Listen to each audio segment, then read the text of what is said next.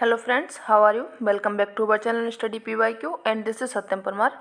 Friends, आज के अपने सेशन में हम देखेंगे पीजीटी 2010 का पेपर अपन डिस्कस कर रहे थे, जिसका कि पार्ट फर्स्ट हमने क्लियर कर लिया था। पार्ट सेकंड है ये इसका।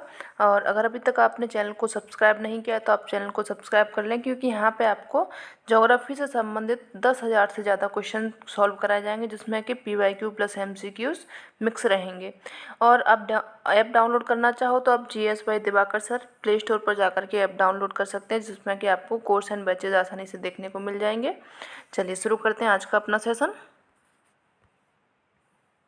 पहला क्वेश्चन कह रहा है आपका कि निम्नलिखित में से कौन सा युग्म सही है।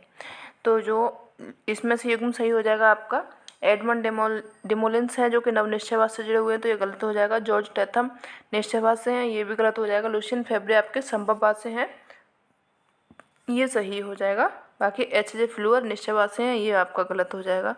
चलिए इसकी व्याख्या देख लेते हैं। प्रथम विश्व युद्ध के पश्चात इतिहासकार थे लुशियन फेब्रे। इन्होंने विभिन्न समाजों एवं उनसे इतिहास के विकास की अवस्थाओं को स्पष्ट करने के लिए एक समाजशास्त्रीय प्रवृत्ति प्रस्तुत की। कैसी की थी इन्होंने? समाजशास्त्रीय की थी।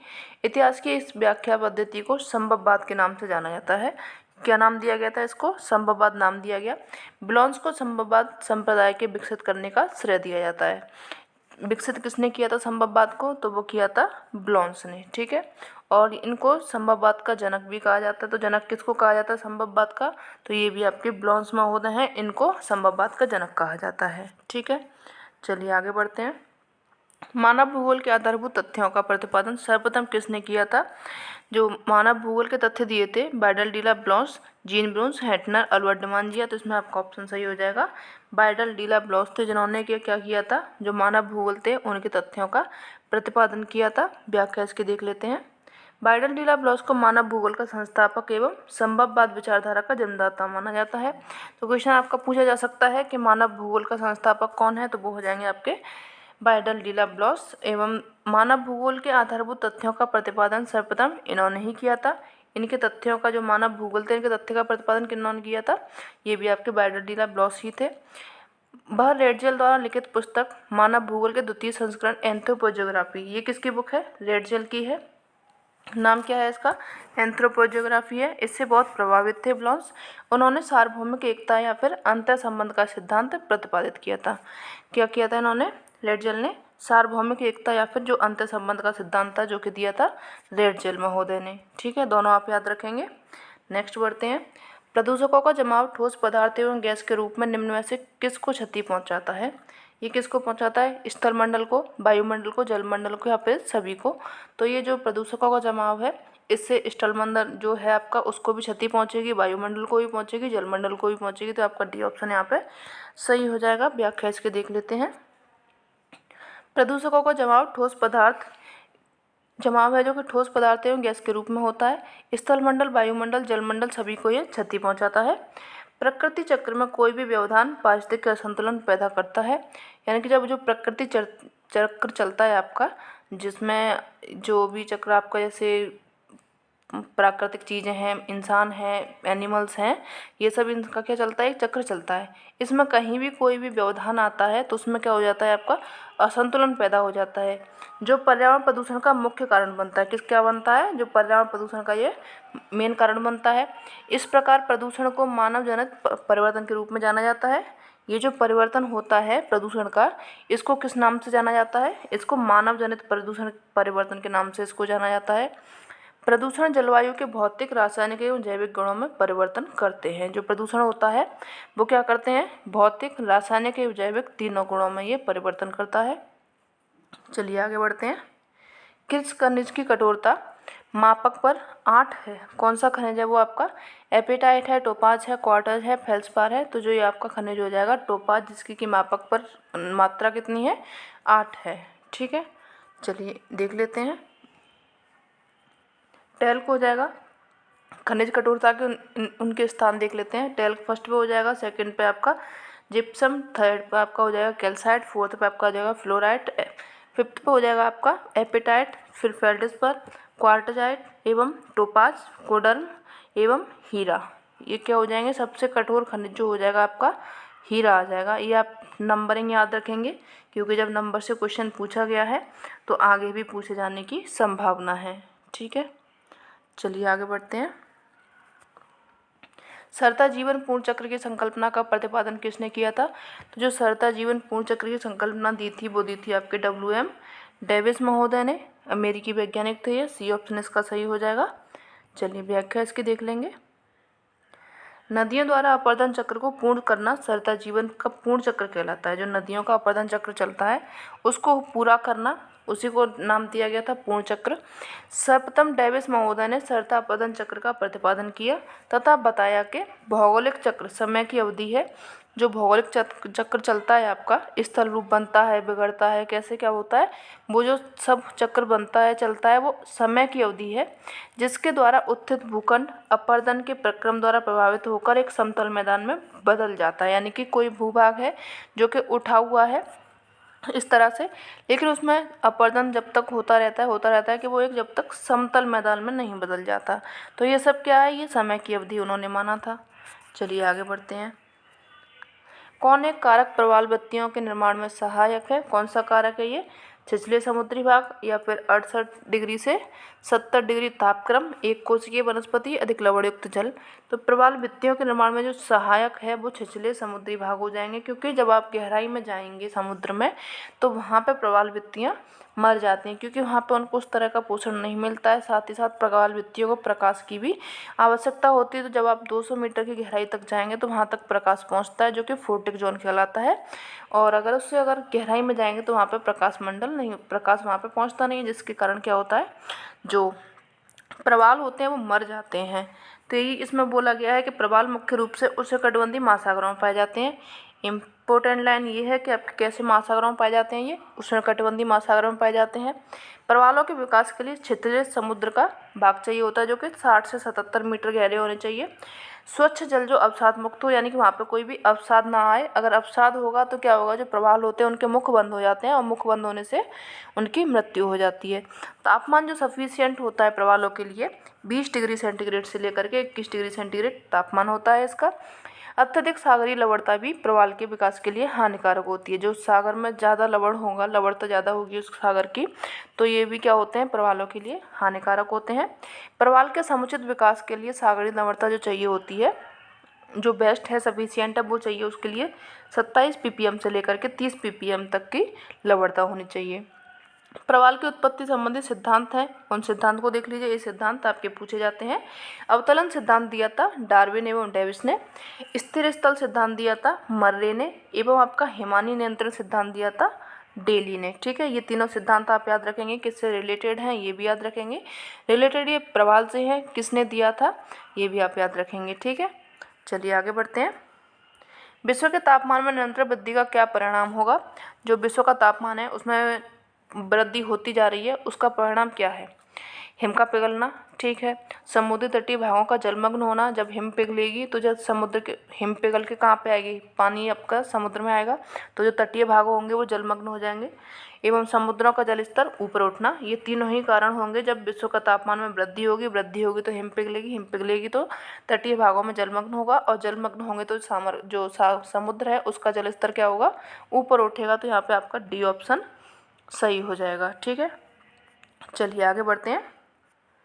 वातावरण जीव के पारिस्थितिकी कारकों का योग है, यह कथन किसका है? ये दिया था आपके ए फिटिंग ने। देखिए कुछ क्वेश्चन ऐसे होते हैं, 8 से 10 क्वेश्चन जो कि हमारे मतलब होते सिलेबस से ही हैं, लेकिन हम उनको नहीं पढ़ पाते हैं, काफ़ी डीपली वो पूछे जाते हैं।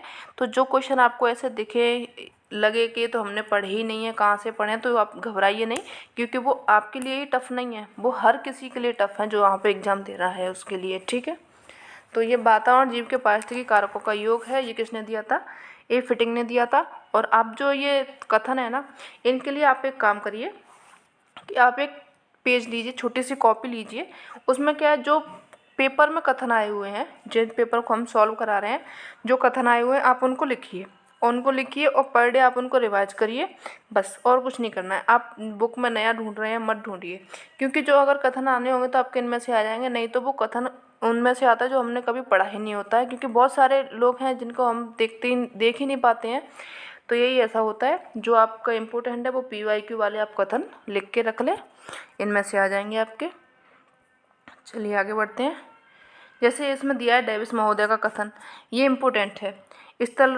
स्थल रूप संरचना प्रक्रम तथा समय का प्रतिफल होता है, ये इम्पोर्टेंट है, कई बार आया हुआ है, तो ये भी PYQ का ही है, तो इसको आप लिख रहे हैं अपने पेपर में। एलन चर्चिल सैम्पुल ने दिया था, मनुष्य भूतल की उपज है, ये किसने दिया था? सैम्पुल ने, तो ये भी क्या है, इसको भी आप अपने पेज में लिख लें। चलिए आगे बढ़ते हैं।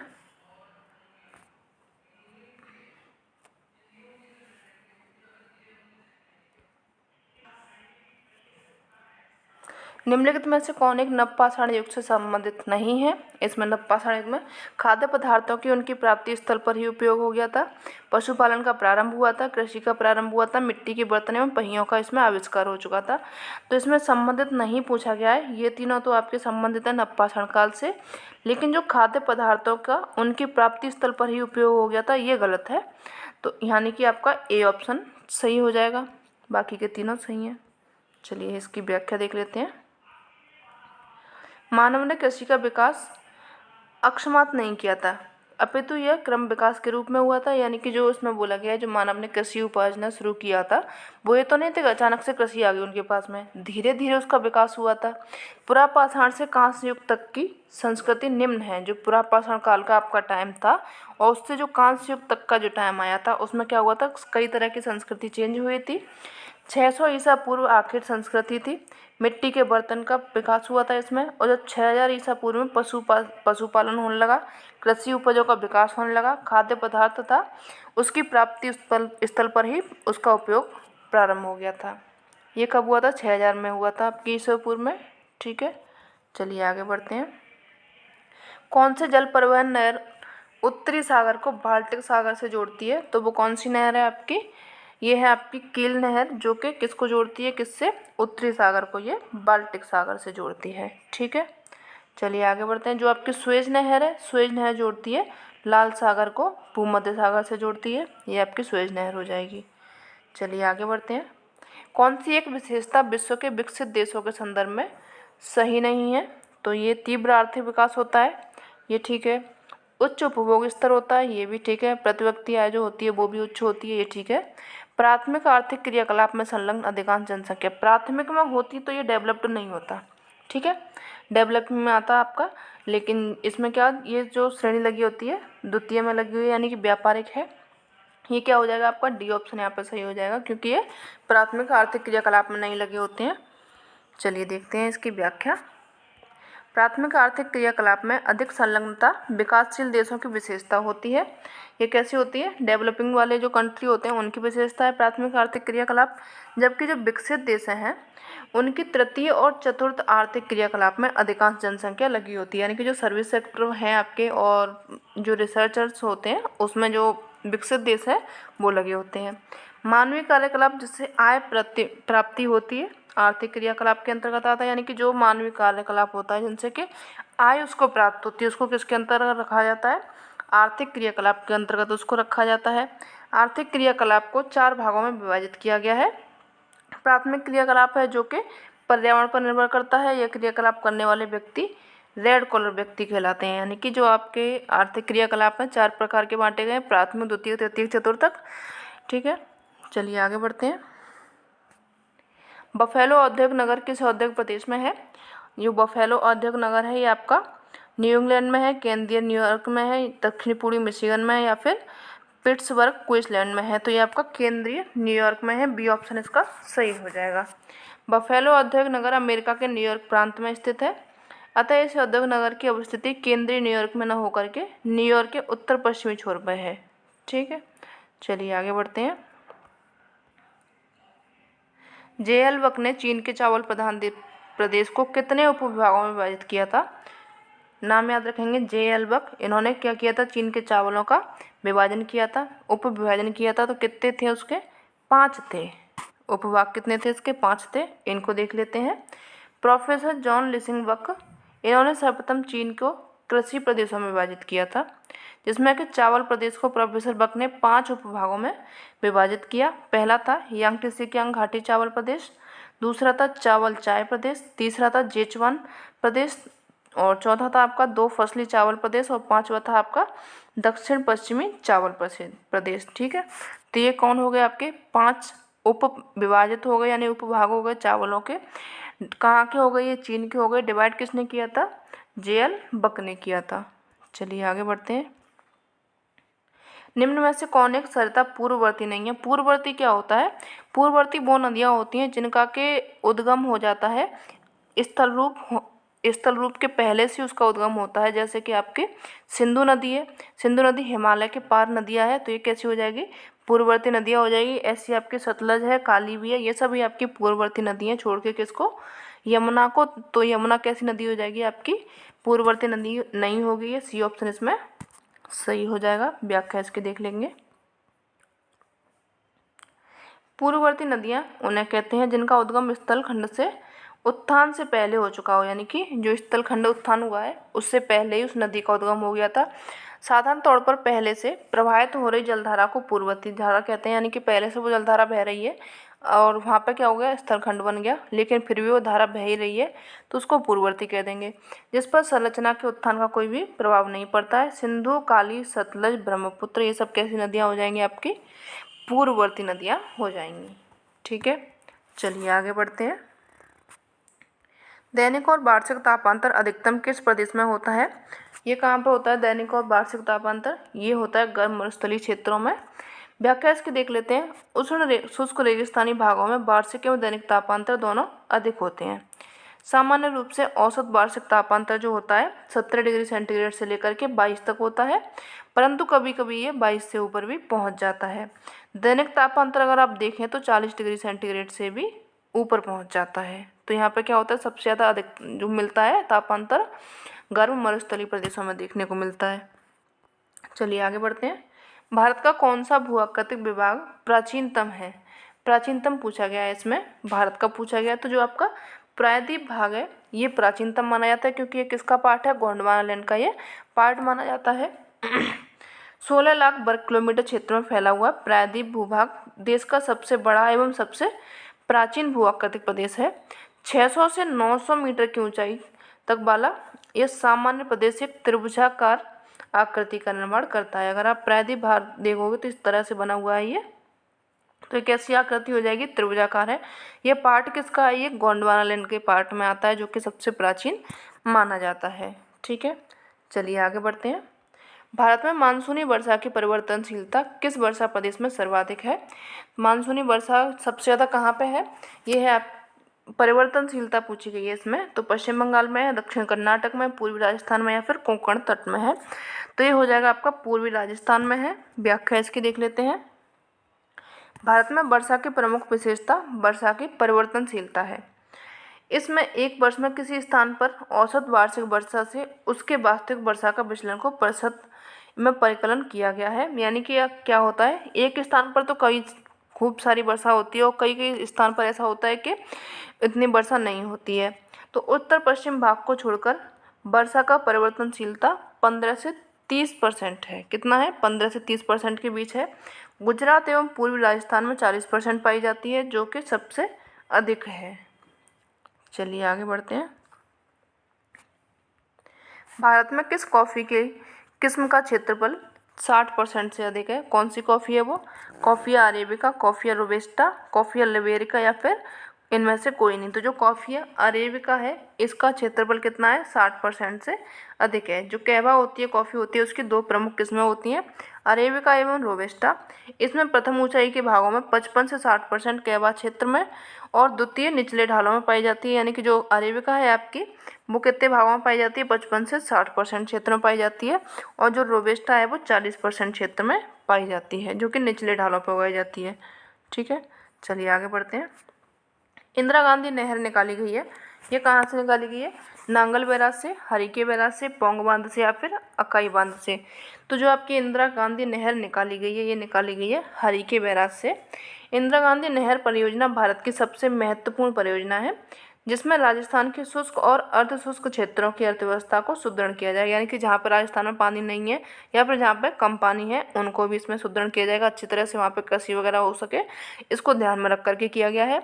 इसके अंतर्गत सतलज ब्यास संगम के समीप हरिके बैराज से राजस्थान में नहर निकाली गई है, यानी कि इसी के अंतर्गत क्या निकाली गई है, जो सतलज और ब्यास संगम है उसके समीप में बनाया गया है कौन सा, हरिके बैराज, जहाँ से कि राजस्थान के लिए नहर निकाली गई है।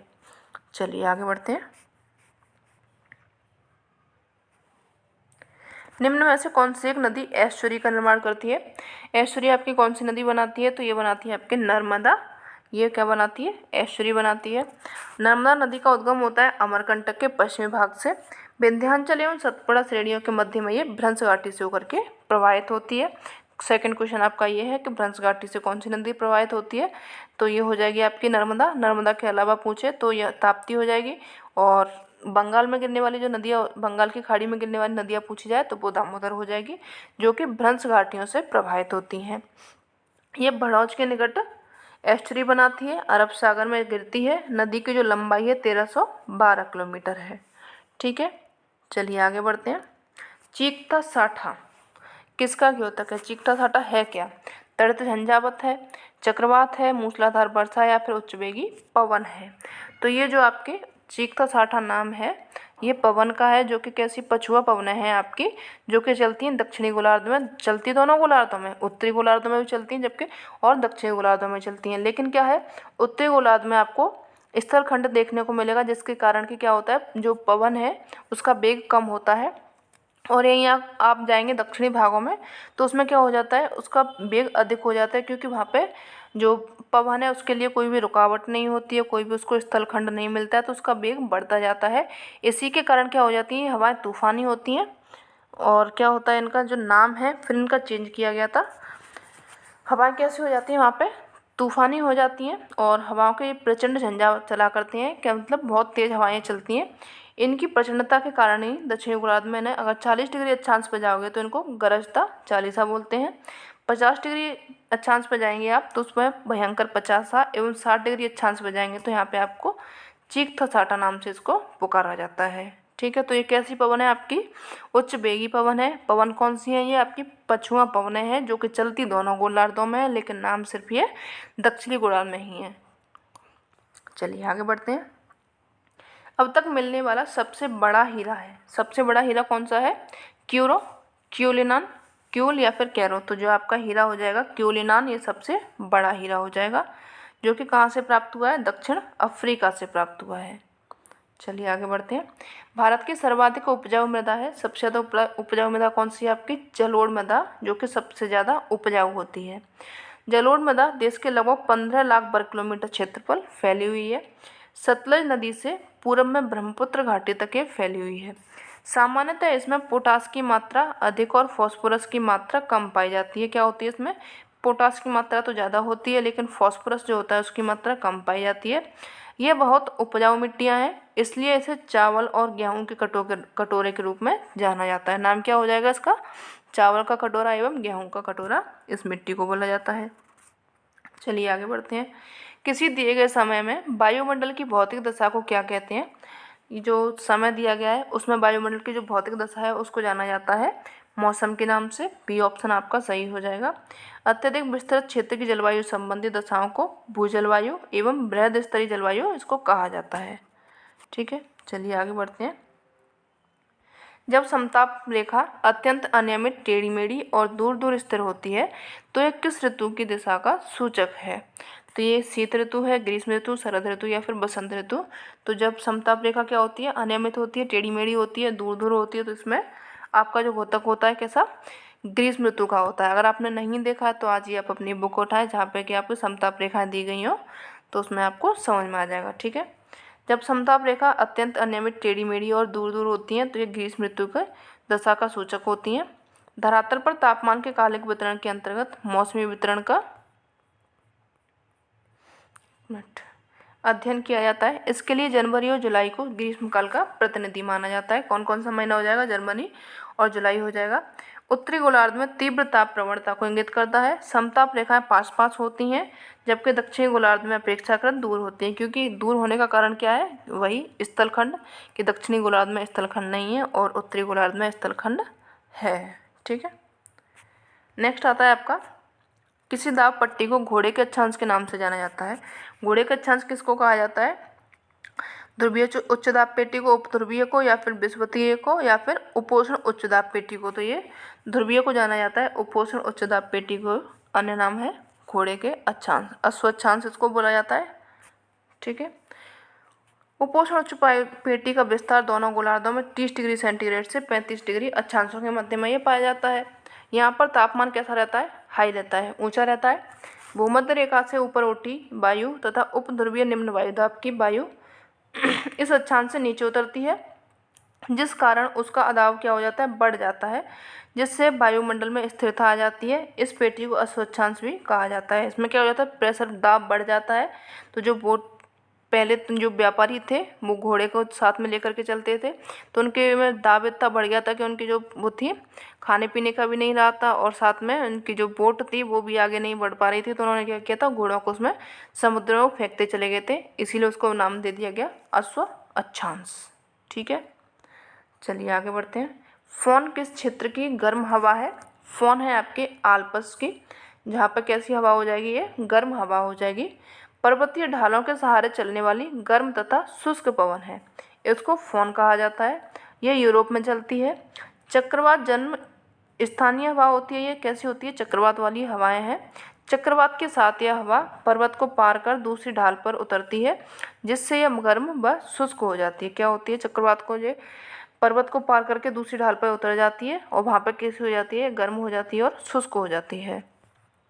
चलिए आगे बढ़ते हैं। उष्णकटिबंधीय चक्रवात की प्रचंडता का अनुभव भारत में सर्वाधिक किस क्षेत्र में होता है? तो सबसे ज़्यादा जो होता है बंगाल की खाड़ी में होता है। ए ऑप्शन आपका सही हो जाएगा। व्याख्या इसकी देख लेते हैं। उष्णकटिबंधीय चक्रवात की प्रचंडता का अनुभव भारत में सर्वाधिक बंगाल की खाड़ी में होता है। भारत में चक्रवात मुख्यतः उष्णकटिबंधीय चक्रवातों या फिर विक्षोभों से आते हैं। अरब सागर की अपेक्षा बंगाल की खाड़ी में इनकी संख्या अधिक देखी जाती है। अरब सागर में भी आते हैं चक्रवात, लेकिन बंगाल की खाड़ी में ज़्यादा आते हैं। बंगाल की खाड़ी में जल के तापमान में 26 डिग्री सेंटीग्रेड से अधिक होने के कारण सामान्य चक्रवात भी कैसा हो जाता है? प्रचंड हो जाता है। तापमान वहाँ का क्या होता है? 26 डिग्री सेंटीग्रेड से भी ज़्यादा होता है। ठीक है, चलिए आगे बढ़ते हैं। उत्तर पूर्व एशिया या कनाडा तथा यूरेशिया में किस प्रकार की जलवायु पाई जाती है? यहाँ पे जो पाई जाती है आपकी शीतोष्ण महाद्वीपीय जलवायु पाई जाती है। ए ऑप्शन यहाँ पे सही हो जाएगा। शीतोष्ण महाद्वीपीय जलवायु महाद्वीपों के पूर्वी किनारों पर मुख्य रूप से उत्तरी गोलार्ध में 45 डिग्री से 65 डिग्री अक्षांशों के बीच में पाई जाती है। यह जलवायु उत्तरी अमेरिका, कनाडा, उनके सागरीय प्रांतों में तथा एशियाई भागों में ये पाई जाती है। कैसी जलवायु ये हो जाएगी? आपकी शीतोष्ण जलवायु हो जाएगी। नेक्स्ट क्वेश्चन है आपका, किस ग्रह को जल ग्रह या फिर नीला ग्रह कहा जाता है? तो ये तो बताने की ज़रूरत नहीं है। आपका अपना ग्रह पृथ्वी हो जाएगा। ए ऑप्शन यहाँ पे सही हो जाएगा। ठीक है, तो फ्रेंड्स आज के सेशन में सिर्फ हम इतना ही देखेंगे। सेशन अगर ज़्यादा लंबा हो जाता है तो आप लोग मना करते हैं कि ज़्यादा लंबा सेशन ना किया करें, वरना हम एक ही सेशन में एक पेपर कवर कराने की सोचते हैं। पर कोई बात नहीं, हम जैसा आप चाहें वैसे ही करेंगे। आज के सेशन में सिर्फ इतना ही। सेशन कैसा लगा ज़रूर बताएं। अच्छा लगा हो तो सेशन को लाइक करें, कमेंट जरूर करें, एंड चैनल को सब्सक्राइब कर लें। अपने फ्रेंड्स तक को भी इसको शेयर करें। मिलते हैं नेक्स्ट सेशन में, तब तक के लिए धन्यवाद।